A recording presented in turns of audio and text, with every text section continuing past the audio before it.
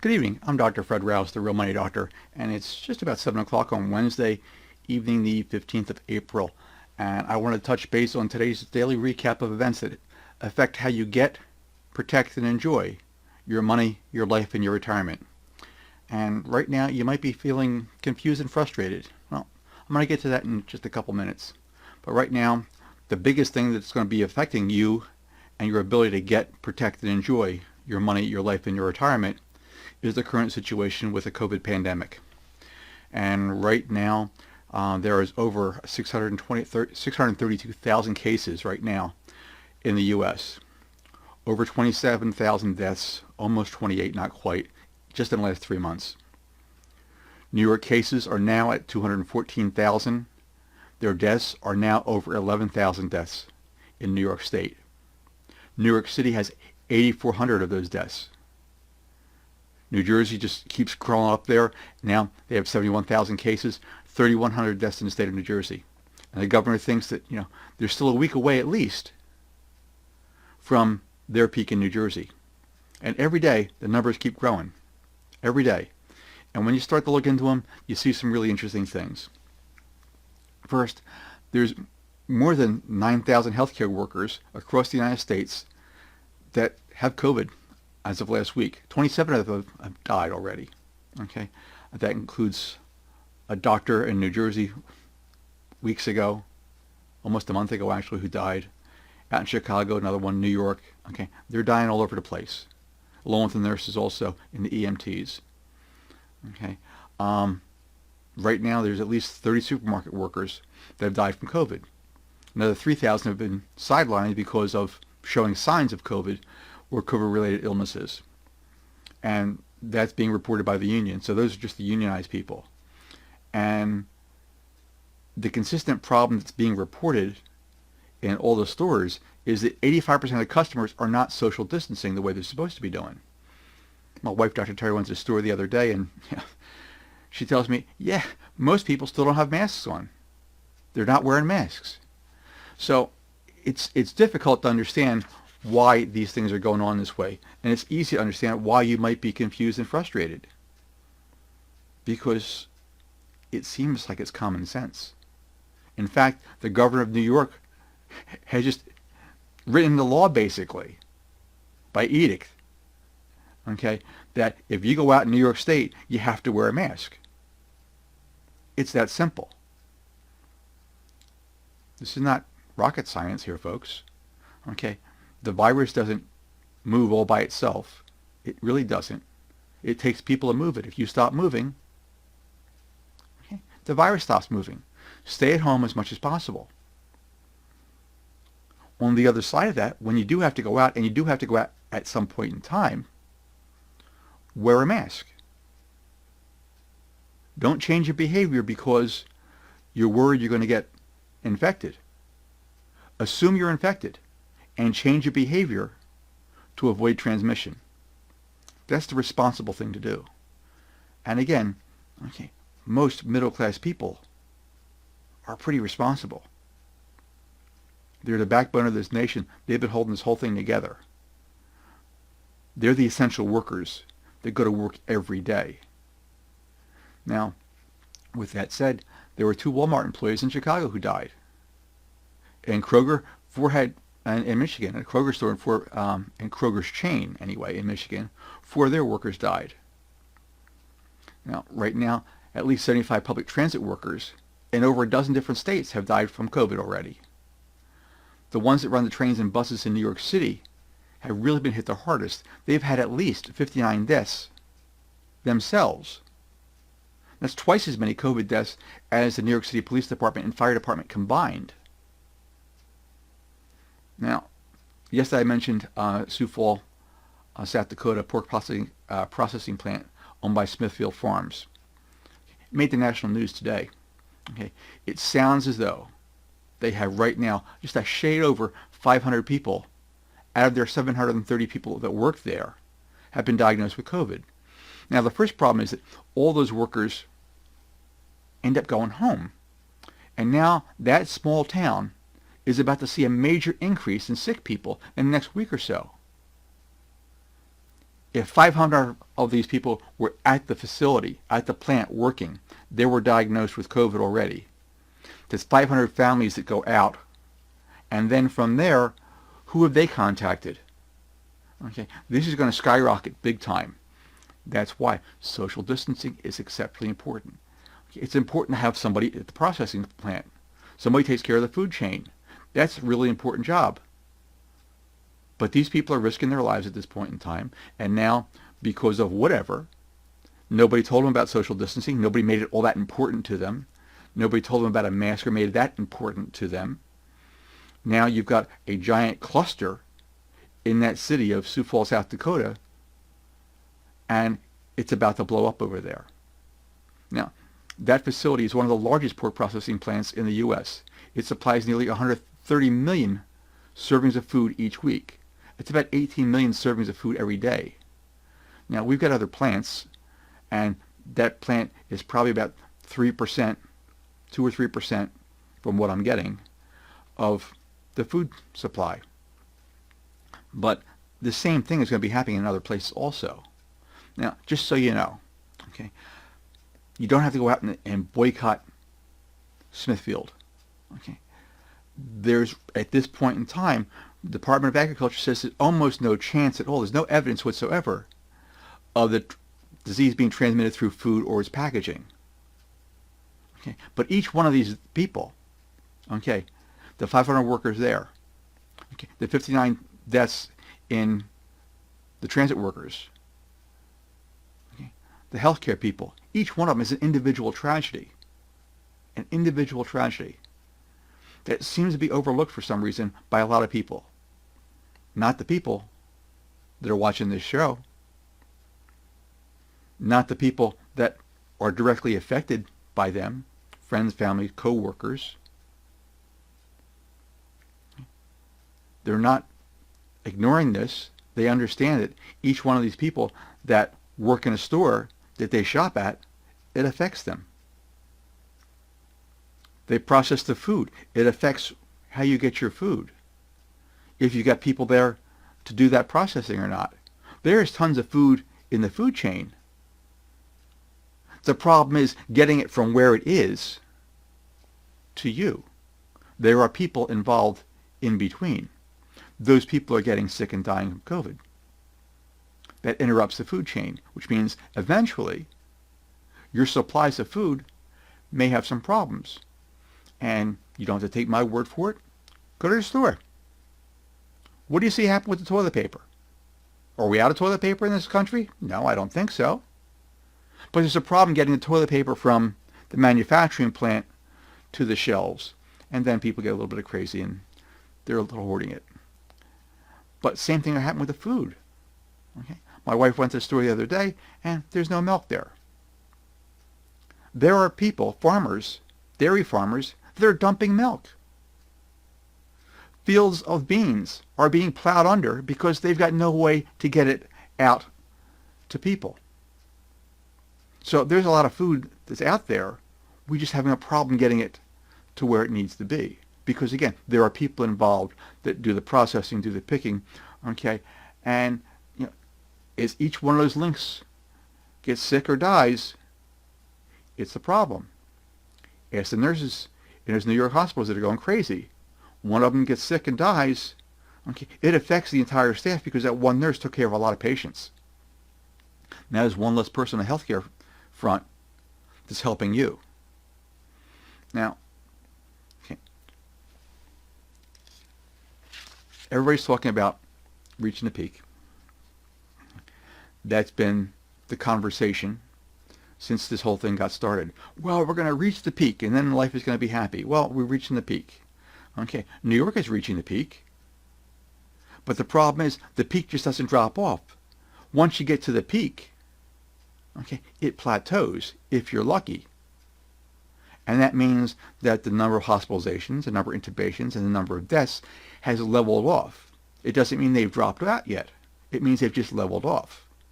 You don't know how far that plateau is going to extend. Hopefully it's going to drop off at some point in time. We're just hoping for a plateau at this point in time.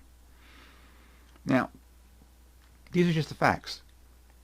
And facts are interesting things because They are facts. The sky is up, the ground is down. Okay. I'm sitting in a chair, there's a desk, there's a door, certain facts. But we have personal biases that influence how we interpret the facts, or if we ever accept them at all. And some people never accept the facts. It's a fact. There's a pandemic right now. It is not the flu. People are dying from this thing big time. There are talking heads out there that say, oh no, it's just a flu, no big deal, it's all being blown out of proportion. Well, you can think that. You can deny those facts because of your personal biases. At some point in time, okay, if you run across the right people, like EMTs, ER doctors and nurses, ICU nurses, okay, that are doing 12, 13, 14-hour shifts and having people dying constantly, that it might influence how you interpret the facts from the talking heads that you've been getting. Now, it's a really good thing to spend some time with your mind in a quiet place and question your own words, your own actions, your own thoughts to see, do they really line up with your core beliefs? I'm not trying to tell you should change what you believe. But at some point in time, you need to sit down with yourself. And is what you're saying, is what you're doing, is what you're spouting off about really what you believe? Or is this something that you got from some talking head and it was just convenient to spout off? You have to make that decision. I can't make that. However, if people are so entrenched in their beliefs that they can't get together on the facts, it's certainly difficult, if not impossible, to move past the situation. It might be surprising that the people, the talking heads on cable channels, are telling you it's not a real big deal. But for some reason, they're not going out without a mask. Very interesting. If they go out, you can guarantee they're keeping social distancing. And if they're not, they'll end up sick in the next couple of weeks. It's a self-limiting kind of a situation. So you believe what you want to believe. Not a problem. But spend some time with your mind and see if that's really what you believe. Now, the president did a 2-hour briefing on Monday. It was all about him trying to deny his, deny and defend his inactions for the whole month of February and declaring that the president has total authority. And that raised quite a ruckus. Okay. He had people put together, people that were actually on staff, White House staff, put together what appeared to be, a campaign video almost. All the highlights and the talking points taking out of context how he was doing such a great job. Well, he's still talking about opening up the economy, with a target date of May 1, maybe sooner. But now today, he's back to, it's the governor's decisions. The governors can make those decisions. Now, so it's easy to understand why you're confused and frustrated. You don't know what to believe. You got talking heads on one side, you got the president saying something today, and lo and behold, whether you love him or you hate him, or you're somewhere in between those things, every day there is more and more empirical data coming out that the federal government had an exceptionally slow response to this pandemic, and it was botched on more than several occasions, and by a number of different people in this administration.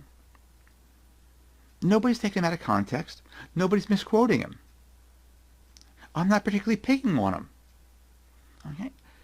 He's the one who gives the full interviews. He's the one who loves the cameras, and he loves the spotlights, and he loves answering questions when he likes the questions. He's the one out there tweeting constantly, and it's all on camera. You just need to look at the footage. It's him every day of the month. It's him. They're his words, not my words, his words. The problem comes up when you play the tape from last month to this month. What he said last month is totally different than what he's saying this month and today. He's his own worst enemy.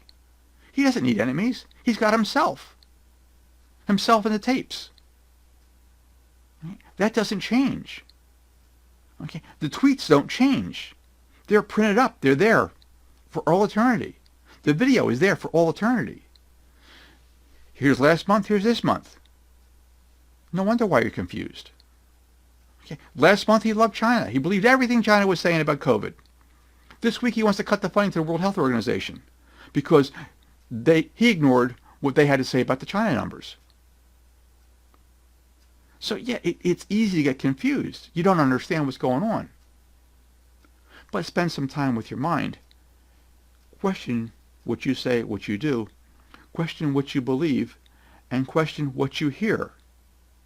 How true is it? Where's it coming from? What are their sources? Okay. If your 14-year-old kid at home acted the way the president did, chances are you'd ground that kid. Belligerent outbursts. Never accepting responsibility for their own actions. It's a problem. It's a problem for kids. It's really a problem for a president.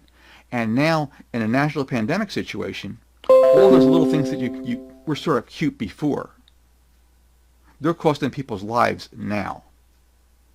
Now's the time you need an actual leader. And little temper tantrums are not going to get you where you want to go. Now, despite what he says at the podium, okay, you can check yourself for the direct statements from people on the front lines, like the state governors, hospital administrators, the ER doctors, nurses, okay, and seeing it more and more every week. Okay, now, I'm really not thrilled about the shutdown. Okay, this is going on for week number 4 almost right now. It's really, really difficult.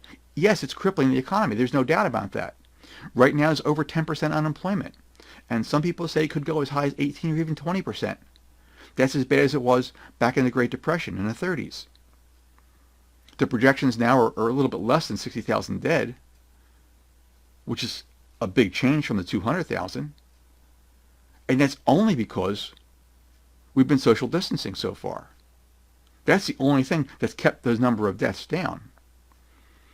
And if we did this sooner, if we shut things down sooner, just 2 or 3 weeks sooner, we could have had as few as 10,000 deaths. But we didn't, because we blew off February. Now, if we stay the course, the economy crumbles, okay, in the next couple months, and we only have 60,000 dead. There's really no good alternative. It's just a lesser of two bad situations. Okay? You can do what you're doing right now, and yet it's terribly uncomfortable. We only have 60,000 dead, and that number actually might come down a little bit. Or we open up the economy, and we get a little tease of, can it really go back? Can it really go back to the way it was before? And then all of a sudden, people start getting reinfected, and then we have to shut down the economy again, only this time for a longer period of time, and end up closer with the 200,000 dead. So there's two bad choices, but only one is a reasonable decision to make. Yeah, okay, the economy's hurting. Okay, the bottom line of it all comes back to testing. You can't open the economy like it. It's not a light switch. You just can't turn it on. Okay, you definitely can't turn it on from an office in Washington, D.C. The governors have to make this decision, and right now the governors on the East Coast and the West Coast are getting together in their respective states and trying to coordinate how they could possibly reopen. It's going to be very difficult. It's almost impossible without the testing. You have to know, okay, if you're going to send somebody out there, are they going to infect somebody else? Or are they going to make it back at the end of the day and be relatively happy? So are they infected now, or were they already infected and possibly have an immunity? That right now is still yet to be determined. In past situations, when you had a virus and you cleared the virus, you had some type of immunity for a period of time afterwards. We don't know that that's the case right now. Some people have had the virus, have cleared the virus, and now are reinfected for some reason. So the science is out on that. And if you want to know what's going on, stay with the science. Okay? Politicians are not doctors. Politicians are not scientists. Stay with the scientists who do this on a daily basis. They'll give you the right story. Now, you have to have the testing. And the president runs off every day how much testing is going out the door. Well, that's really, really great. But whatever he says on the front lines of the people who are actually using the tests and need the tests, less than 1% of the population actually has been tested. Less than 1%. We're next to last in all the countries on a per capita basis. Now, you can twist those statistics any way you want. Okay, and you can make any graph that you want, and you can say, oh yeah, we're doing more testing than anybody else. However, on a per capita basis, okay, we've tested less than 1% of our population. And if you're coming from a poor area, chances are you can't get a test. If you're making $500,000 a year, my guess is you can get a test. Little differences in what happens there. Now, the president really needs to use the Defense Production Act. Okay, he signed it into law. Okay, it's been law before, but he doesn't use it. It was just used for ventilators. And he's got this free market economy thing. I'm a certified financial planner. Been a certified financial planner for close to 30 years now. Okay, I like the free markets. But they have to be limited and constrained in some way, shape, or form. Right now, it's the free market economy that's running this stuff, and the governors can't get their supplies. What a surprise. It was all the governors, okay? And so when this crashes and burns, the president can say, well, it wasn't my fault. It's not my responsibility. I'm not a shipping clerk. The governors should have gotten their own materials. Well, they can't get their own materials. The manufacturers are making this stuff. The governors are bidding the prices up, and then FEMA comes in and bids it up even more, and then sucks up all the materials, and the governors can't get what they need. Now, on top of the PPE and ventilators and everything else, the ventilator is almost under control at this point in time. It's the testing that can't get done. They need the testing. Okay? And right now, it's just not happening on the scale that it needs to happen. And what's never going to happen, what is never going to happen, is that the president will never name a single military person with a non-political background that has serious logistics background to put in full charge of the supply chain and get a coordinated federal response to this national problem. He just won't do it. He can't do it. His ego just won't let him. He hates when somebody else upstages him, and that would be putting somebody else in charge. He can't do that. He just can't. Okay? His ego just is not going to let him do that. But you can't send people back to work before you know whether or not they're testing positive for COVID or not. And you don't know if they're testing because you can't test them. We have increased our testing capabilities with number of tests across the country.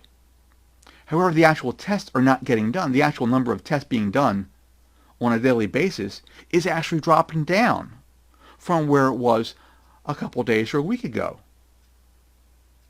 Why? I don't know. The testing materials are not there. Okay, the people to do the tests could be not there. The swabs could not be there. I don't know. But if you have one person in charge, the military is really, really good at this. They move supplies from one place to another for large numbers of people. They're really good at this. They can do this. But somebody has to put them in charge. That's not happening right now, which is one of the reasons you might be feeling confused and frustrated. Now, several weeks ago, the president signed the multi-trillion-dollar stimulus package. Okay, everybody's going to get a check from the IRS. Okay, if they have your direct deposit information, you're going to get those checks. If not, they're going to mail the checks to you. Well, lo and behold, if they got to mail the checks to you, that just got slowed up by at least a couple of days, could be a week or more, because the president wanted his signature on the checks. No president has ever signed an IRS refund check. Never. In the history of the IRS, no president has ever signed one of those checks.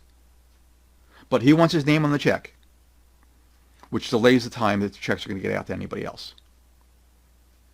Is that a good thing, a bad thing?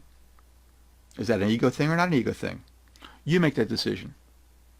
Okay? Based on your personal biases and how you think about things. You make that decision. Now, there are some reports, unconfirmed at this point in time, that some people may actually have some direct deposits right now. I don't know that. I'm trying to get more facts on that. If you get your direct deposit, okay, private message me or email me. Let me know. I'd love to know. Because right now I've just got a few little spotty reports that some people have actually been getting some refund checks. I haven't seen it yet. I know I haven't received mine. Now, part of the stimulus bill was intended for small businesses. Actually, a large part of it, okay, was for small businesses for payroll. And if you've got a small business, a mom and pop thing, okay, small business is an interesting term, okay. The government's idea of a small business is under 500 people. My idea of a small business is a mom and pop operation with less than a dozen people. So if you got my kind of small business, you're having a terrible time, okay, getting all the paperwork together to get an application in, if they accept the applications at all. You're having a terrible time. And as you go through things and you really start to look at things, you find out that the big or bigger companies have people on staff. If you've got a company that's 200 to 500 people, chances are you've got a lawyer and a CPA in there, possibly a financial planner. And they know how to get the money. It's their job. You pay them to do those things, and they figure out how to get the money. So chances are that the bigger companies are getting this money, or are going to end up getting the money.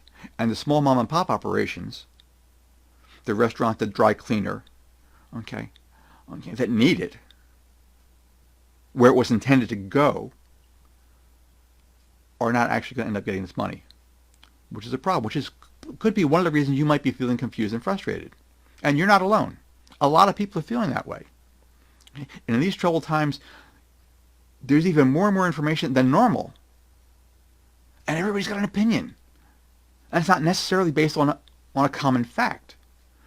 There are facts out there, but what's really scary is you don't know how much of your own personal biases are affecting your interpretation of those facts. Or how much personal bias that someone else has that is communicating their idea, their interpretation of the facts to you. So if we can't get together on basic facts, if that's not possible, we're going to have a really, really hard time getting through this. I don't make this stuff up. It's just the way it is. If one person thinks this is all some deep state blown up thing to scare people, they think that, and they actually believe that, that's one thing. But then if you go and you talk to the doctors and nurses in an ICU and an ER that having friends and coworkers sick and die, okay, they have a different set of facts than what you have. The facts are the same, but it's their personal biases that have changed. So you might want to spend some time with your mind. Introspection is a good thing. It makes you a better, more caring person, more tolerant person. You then, while you're doing your introspection, your meditation to get you centered, okay, evaluate what you say, what you do, what you think. Is that really part of your core value? Do you really, deep down inside, do you really believe that? Okay. Is that how you're brought up? What did your parents believe? Were they right? Were they wrong? Did they have their own personal biases? Did they pass them on to you? Did you just accept them as fact? You're a grown-up person now. Now's the time to think about those things. So, if you want to get through this, okay, you want it to be easier chance to survive, recover, and actually thrive in this difficult time, you want to spend some time with your mind. Because your mind controls, you can control your mind, and your mind controls a lot of how you feel about things, if not all of how you feel about things. So, spend some time with your mind. A little introspection, and see what you come up with. You might find out that, the guy who you thought you hated, he probably really doesn't hate you, and you probably don't really hate him either. Chances are you both sort of want the same thing. And I know everybody wants to get through this right now, but it's a difficult thing to do. But spend some time with your mind. Amazing things will happen. I'm Dr. Fred Rouse, the Real Money Doctor. I'm here to help you get, protect, and enjoy your money, your life, and your retirement. Make sure you like and share this video. I will post it on YouTube tomorrow.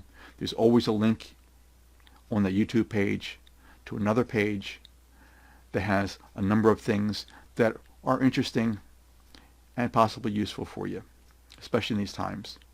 And every day there's a new link to a special present every day. So check that out. Email me, let me know what's going on. If I can answer any questions for you, if I can explore anything for you, let me know. But again, I appreciate you being here. I look forward to seeing you tomorrow around 7 o'clock again. Thank you.